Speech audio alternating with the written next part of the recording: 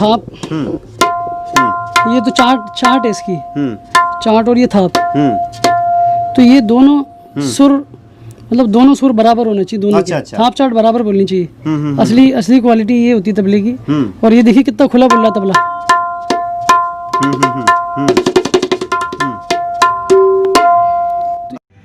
नमस्कार। किसी भी संगीत कार्यक्रम में वाद्य यंत्रों और साजिंदे कलाकारों की काफ़ी अहमियत होती है।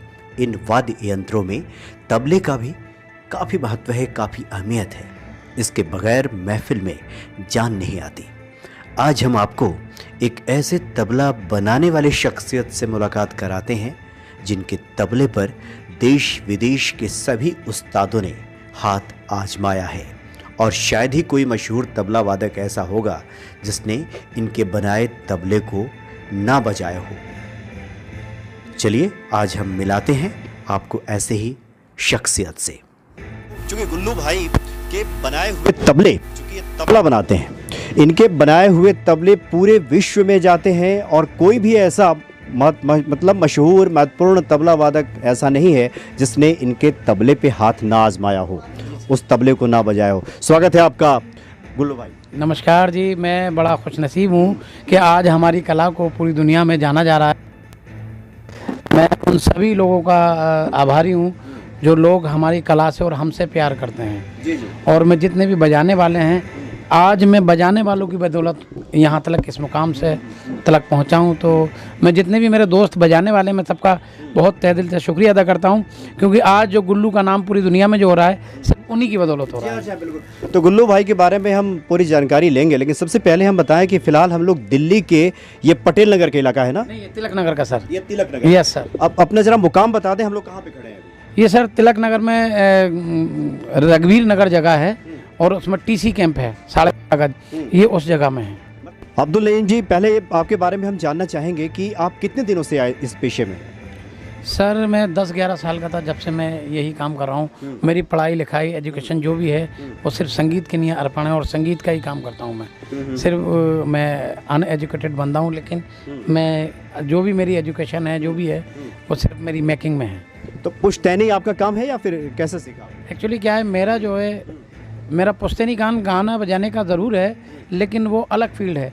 ये मैंने मेरे जो उस्ताद हैं हाजी इश्तियाक खान, उनसे सीखा, और मेरे नाना जी हैं, उनका पुश्तैनी काम है। तो मेरी मदर की तरफ से आया है ये काम। अच्छा, फिर आपने उसके बाद मुझे लगता है 25-30 साल हो ही गए होंगे। जी हाँ, 30 ईयर्स करीब हो गए जी। दर्शकों को बताया, जो कि मैंने तो पहले जिक्र किया कि संसार के जितने सारे मशहूर तबला वादक हैं सब ने आपके तबले को बजाया है जो आपने बनाया है। वैसे हम आपसे जानना चाहते हैं कौन कौन से मशहूर शख्सियतें हैं जिन्होंने आपसे तबला लिया? सर वैसे तो पूरी दुनिया में कोई ऐसा आर्टिस्ट बचा नहीं है जिसका मैंने काम नहीं किया। ये अल्लाह का करम है, उसका एहसान है। जाकिर भाई हों, आनंदो दादा हों, कुमार दादा हों, और दिल्ली में हमारे जितने भी हैं, उस्ताद अकरम खान साहब, रफ़ीउद्दीन साबरी, राशिद मुस्तफ़ा जी, पंडित राम कुमार मिश्रा जी, अतर हुसैन खान साहब, परवेज़ खान साहब, और मेरे एक बहुत अच्छे दोस्त हैं, मैं उनकी तरफ से भी कोशिश करूँगा, विशाल भाई, रवि भाई। वो विशाल भाई जो मेरे बड़े भाई हैं, और रवि भाई जो हैं वो मेरे छोटे। लेकिन विशाल भाई से और परवेज़ भाई से मेरी एक दोस्ती है बहुत तगड़ी वाली। जैसे कहते हैं कि भाई दो जिस्म मगर एक जान है। यानी कह सकते हैं कि दुनिया में ऐसा कोई तबला वादक नहीं है जिसका मुकाम एक हो और उसने आपसे तबला ना लिया हो।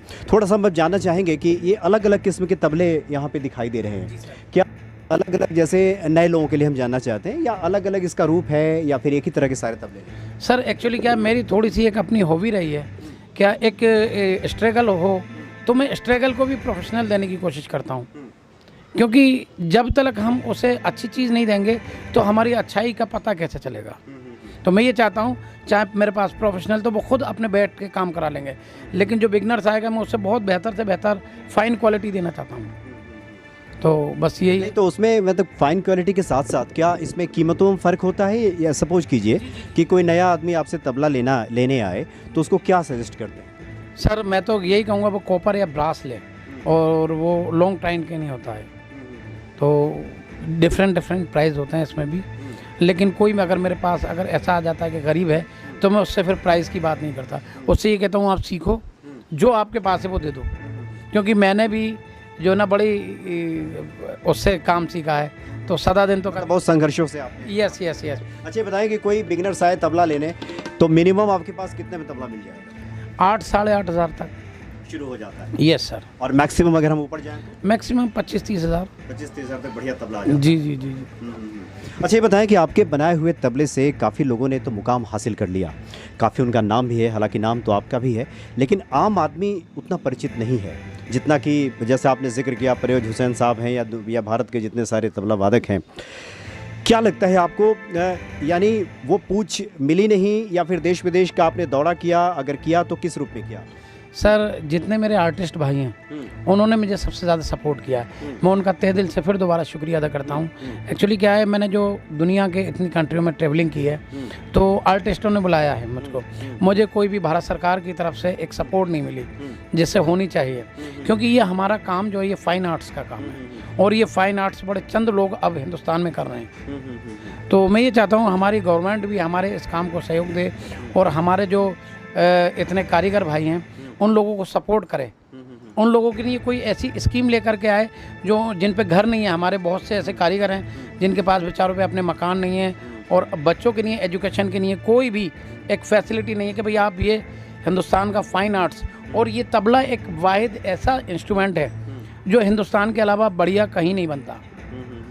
तो बहुत कम अच्छे मेकर हैं और मैं यही चाहूँगा। ये तो सरकार से आप कैसा चाहते हैं, कैसा सहयोग? जैसे मान लीजिए कि आप तबला इतना बढ़िया बनाते हैं, लोग खरीद के ले जाते हैं, उस अनुपात में क्या उसकी कीमत नहीं मिल पाती या उस अनुपात में उसकी डिमांड नहीं हो पा रही है मार्केट में, क्या हो रहा है? सर जैसे मैं ये चाह रहा हूँ कि हमारे जो हम लोगों के बच्चे हैं, एक तो इसमें इतनी जॉब नहीं है और बच्चों के लिए एक एजुकेशन का कोई दायरा ऐसा हो कि भाई आप ये काम करते हैं, हमारा हिंदुस्तान के कल्चर को और हिंदुस्तान की संस्कृति को लेके आगे चल रहे हैं, तो बच्चों के लिए भविष्य बने। कोई अभी ऐसा कोई काम शुरू नहीं हुआ। नहीं, जैसे मार्केट से क्या उस अनुरूप में डिमांड आती है कि आप लोगों के पास कि महीने में इतना तबला की डिमांड आ गया, और जब डिमांड बढ़ेगी तभी तो जो मेकर्स हैं, जो बनाने वाले लोग हैं, उनकी स्थिति में सुधार होगा? नहीं, ऐसी बात नहीं, डिमांड आती है, विदेशों से भी आती है। जो मैं जाता हूँ ट्रेवलिंग करता हूँ तो वो बड़ी बड़ी यूनिवर्सिटियों में, स्कूलों में, जैसे मैं हॉलैंड गया हूँ तो हॉलैंड में हरि जी का स्कूल है, हरिप्रसाद चौरसिया जी का, मैं उसमें भी काम किया हूँ। इंग्लैंड में मैनचेस्टर में यूनिवर्सिटी में काम करके आया हूँ और अभी मैं रिसेंटली न्यूजीलैंड और ऑस्ट्रेलिया गया और मलेशिया गया, तो वहाँ स्कूलों में मैंने काम किया और मुझको वहाँ सम्मानित भी किया। लेकिन बात वही है कि हमें गवर्नमेंट कोई सपोर्ट नहीं कर रही। जैसे ICCR एक हमारी बहुत बड़ी संस्था है, ICCR इंस्ट्रूमेंट रिपेयर करने के लिए हमको नहीं भेजती, हमके लिए प्रमोट नहीं करती। मेन चीज़ है हमें प्रमोट होना, मतलब गवर्नमेंट की तरफ से कोई सपोर्ट प्रमोशन नहीं मिलता। अच्छा गुल्लू भाई, देख रहे हैं कि कुछ काफ़ी थोड़ा सा किनारे हो जाए, यहाँ पे दिख रहा है कि उस्ताद हबीबुद्दीन खान साहब, डोयन ऑफ अजरादा घराना अप्रिसिएशन ऑफ अवार्ड, ये क्या, ये कब मिला आपको? ये सर यहाँ एक फेस्टिवल हुआ उस्ताद हबीबुद्दीन खान साहब की याद में, तो मुझको बेस्ट तबला मेकर दिल्ली का अवार्ड मिला। और ये भी एक मुझको अभी कमानी ऑडिटोरियम में सबरंग प्रोग्राम हुआ, ये मुझको बेस्ट तबला मेकर रिसेंटली जनवरी में दिया गया। तो और ये एक और यहाँ पे है सुरताल म्यूजिक एकेडमी, यस, ये भी मुझको अवार्ड दिया। बाकी के कुछ अवार्ड जो मेरी शॉप पर हैं, ये मेरी वर्कशॉप है, तो कुछ अवार्ड जो हैं मुझको, जैसे न्यूजीलैंड में भी मिला है, इंग्लैंड में दिया गया है मुझको अवार्ड, सिंगापुर में मुझको मिला है, हॉलैंड में मिला है और ऑस्ट्रेलिया में भी मिला है, मलेशिया में भी मुझको अवार्ड किए हैं। तो ये अवार्ड तो बहुत हैं, लेकिन अवार्ड एक नाम के लिए हैं, लेकिन हम अपने बच्चों का भविष्य, मतलब इसको कहें कि इसको आर्थिक रूप में जैसा होना चाहिए था, इसका रूपांतरण वैसा नहीं हो पा रहा। यस सर, वो नहीं हो पा रहा है। Yes sir. थोड़ा हम मेकिंग के बारे में बात करते हैं। सपोज कीजिए कि जैसे आप लोग ये तबला बनाते हैं, तो ये सारे मटेरियल्स वगैरह ये सब कहाँ से आता है, कैसे बनता है? सर ये सब अलग अलग जगहों से आता है मटेरियल। जो इसका तबले का काट है, ये लकड़ी है, ये अमरोहा से आता है। अच्छा। ज़्यादातर अमरोहा से भी आता है, कलकत्ते से भी आता है और नासिक से भी आता है, जो ब्लैक शीशम जैसे कहते हैं। तो ये सब अलग अलग। और ये लेदर है, ये बनारस से भी हम करते हैं, शोलापुर से भी परचेज़ करते हैं। बाकी एक जगह है अमरोहा जहाँ का मेरा होम मतलब वो है, तो वहाँ से भी हम परचेज़ करते हैं। सब अलग अलग ऐसे ही। ये पुणे से आती है बन के, जो इसकी स्टेप है ये, तो सारी चीज़ें बिल्कुल अलग अलग तरह से अलग अलग आती हैं। अच्छा, मेरे मन में एक जिज्ञासा आ रही है कि आप लोग इतना बढ़िया तबला बनाते हैं तो जाहिर सी बात है बजाते भी बढ़िया हो। सर वो जॉब अलग अलग है। अच्छा, वो अलग यस सर, जो बजाने वाले हैं ना वो बना नहीं सकते और बनाने वाले हैं वो बजा नहीं सकते। ये है कि वो चेक कर सकते हैं बस। जो प्रोफेशनल होते हैं वो प्रोफेशनल ही होते हैं सर। चलिए, संयोग से हमारे साथ एक मशहूर तबला वादक परवेज हुसैन साहब भी मौजूद हैं। हुसैन साहब, तो थोड़ा सा आप सामने आ जाएं तो बात ज़्यादा बनेगी। देखिए, संयोग से हम लोग गुल्लू भाई के शॉप पे खड़े हैं यहाँ पे, और मशहूर तबला वादकों को इन्होंने दिया है, आपको भी दिया है। क्या खासियत आपको नज़र आती है इनके तबले? नमस्कार, सबसे पहले तो आप सब लोगों को। खासियत तो यही है कि बस कि ये सुर ऐसा है, सुर का काम है, और तबला जो है ट्यूनिंग सब लोग नहीं कर सकते, और जितनी अच्छी ट्यूनिंग होगी उतना अच्छा साज बोलता है। और इनकी खासियत ये है कि इनके तबले बहुत खुले बोलते हैं तबला, मतलब अच्छा साउंड है, ओपन साउंड। तो हमारा भी मूड बनता है जब अच्छा इंस्ट्रूमेंट हमारे हाथ में आता है, तो इसलिए हम लोग गुल्लू भाई को पसंद करते हैं। और भी दिल्ली में काफ़ी सारे लोग बनाते हैं अच्छा तबला, लेकिन हमारा जो है गुल्लू भाई के साथ मतलब दोनों तरीके से प्यार है, काम से भी और वैसे भी। वैसे देखिए, परवेज हुसैन साहब हमारे साथ खड़े हैं। वैसे अभी तो देखने में काफ़ी चॉकलेटी बॉय दिख रहे हैं, लेकिन ये बहुत ही मशहूर तबला वादक हैं। और जब भी गुलाम अली साहब का जो प्रोग्राम अगर भारत में होता है, इंडिया में होता है, तो तबला वादक आप ही होते हैं ना। करा मैं ये तो ऊपर वाले के बस के ऐसे लोग प्यार करते हैं जिनको सारी दुनिया प्यार करती है। अच्छा, ये बताएं कि चूँकि तबला में आपको महारत हासिल है, तबला बनाने वाले तो बहुत जगह मिल जाएंगे, गलियों में मिल जाते हैं, हर मोहल्ले शहर में मिल जाते हैं। गुल्लू भाई का जैसा कि नाम है, ये मतलब कुछ क्या बारीकी ऐसी होती है जो अन्य लोगों के यहाँ नहीं मिलती? बारीकी वही है कि बस मेन जो काम है इसका तबले का वो है ट्यूनिंग का। ट्यूनिंग का सबसे मुश्किल काम है। थाप चाट होती है तबले में, जैसे कि मैं एक मिनट बता देता हूँ। अच्छा, हाँ बताइए ज़रा। तबला है कि थाप, ये तो चाट है इसकी, चाट और ये थाप। तो ये दोनों सुर मतलब दोनों सुर बराबर होने चाहिए दोनों के। थाप चाट बराबर बोलनी चाहिए। असली क्वालिटी ये होती है तबले की। और ये देखिए कितना खुला बोल रहा तबला।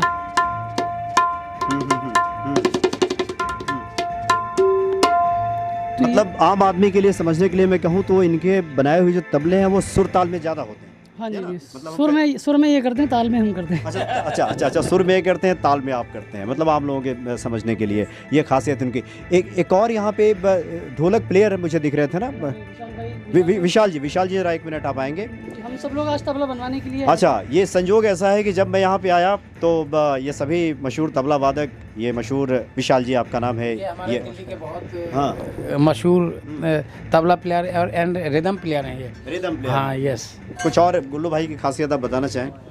बस खासियत तो इन्होंने बता ही दी है परवेज जी ने, और खासियत हम क्या बताएंगे, पूरी दुनिया पूरा वर्ल्ड जानता ही है। क्यों, जो लोग अच्छे काम करने वाले लोग होते हैं उनको सब लोग वैसे ही पहचान लेते हैं। बट क्या है, मैं तो दो ही चीज़ बोलना चाहता हूँ, परवेज भाई ने भी बोल दिया है। हमारे गुरुजी भी इनका तबला बजाते हैं, पंडित विनोद पाठक जी, पंडित आनंद चटर्जी जी।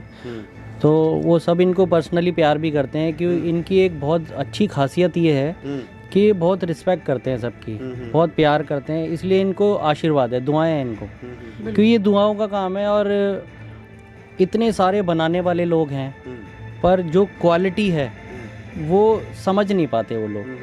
क्यों, ये गाना बजाना हम भी बजाते भी हैं, ये बनाते हैं, तो ये एक मिक्सचर है, मतलब दुआओं का काम है बस। चलिए एक और सवाल ले लेते हैं, चूँकि तबला बनाने वाले भी हैं अच्छे और अच्छे बजाने वाले लोग भी हैं। आज की जो यंग जनरेशन है, जो न्यू जनरेशन के लोग हैं, जो लड़के लड़कियां हैं, क्या तबला वादन की तरफ मतलब प्रभावित हो रहे हैं, क्या अग्रसर हो रहे हैं क्या?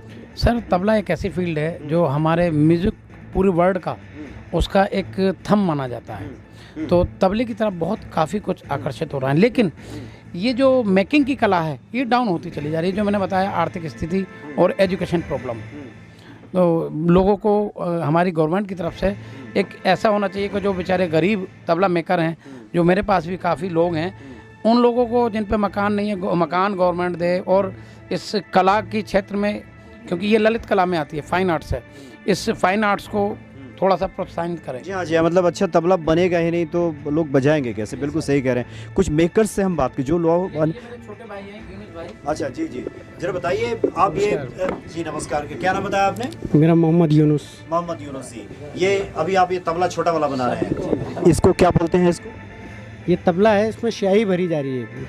तबला ये दोनों को मिला करके इसको क्या कहते हैं? ये तबला है, वो बायां है, यानी कि ये दायां है, वो बायां है। अच्छा अच्छा, दोनों तबला ही कहते हैं। हाँ जी। अच्छा अच्छा, तो दाएं बाएं का इसका कॉम्बिनेशन होता है, मतलब कि सीधी सी भाषा में बोला जाए नर और मादीन। तो एक नर है इसमें, एक मादीन है। Okay okay. तो इसके बनाने की क्या प्रक्रिया रहती है वैसे?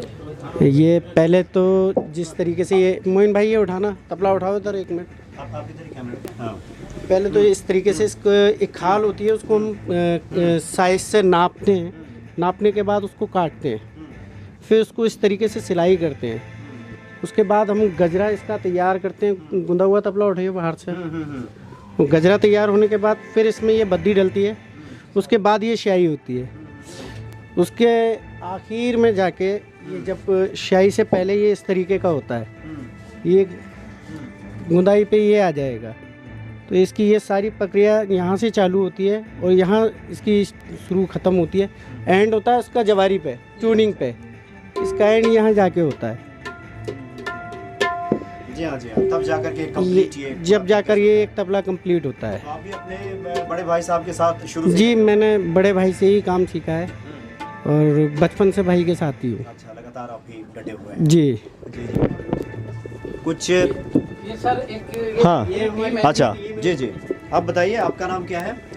मोहम्मद सानू। अच्छा शानू जी, तो आप लोग भी इसी तरीके से ये तबला जी। का निर्माण करते हैं? जी। अच्छा ये बताएं कि एक तबला को पूरा कंप्लीट बनाने में कितना वक्त लगता है इसमें? कम से कम 2 दिन। 2 दिन लग जाता है। अच्छा, मतलब पूरा ये फिनिशिंग करते ही, ये रस्सी जी हाँ। लगाते, इसमें उतना टाइम लगता है? हाँ, 1 दिन में तो बन ही नहीं सकता ये। अच्छा अच्छा, ओके। तो ये जब बन जाता है, तो जैसे कि हम लोग बात कर रहे थे गुल्लू भाई से कि इसमें हम लोग उसमें सुर ताल की जो बात हो रही थी, क्या जी। इसको कैसे चेक करते हैं फिर आप लोग इसमें? ये तो ऊपर वाले की देन है। अच्छा, कानों में जिन्हें ऊपर वाले ने डाल रखा है ये चीज़, हर किसी के कान में नहीं होती है। बजा के दिखाइए जरा कैसे हाँ? चेक करते हैं। आप दिखाइए, ये देखिए।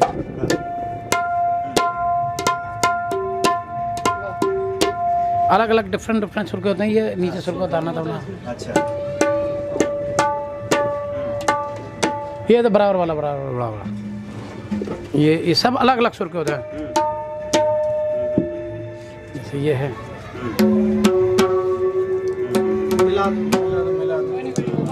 ये सब अलग अलग डिफरेंट। अच्छा, अलग अलग ये डिफरेंट तरीके से ये तबला वादन होता है। चलिए, कुल मिलाकर के आज मैं यहाँ पे आया, विभिन्न प्रकार के तबलों को देखा, खूबसूरत ये बैग, ये तबले और मेकिंग कैसे होती है ये जानने का मौका मिला। कुछ लोग इधर भी देखिए तबला मेकिंग में लगे हुए हैं। आप लोग भी अपना नाम बता दीजिए।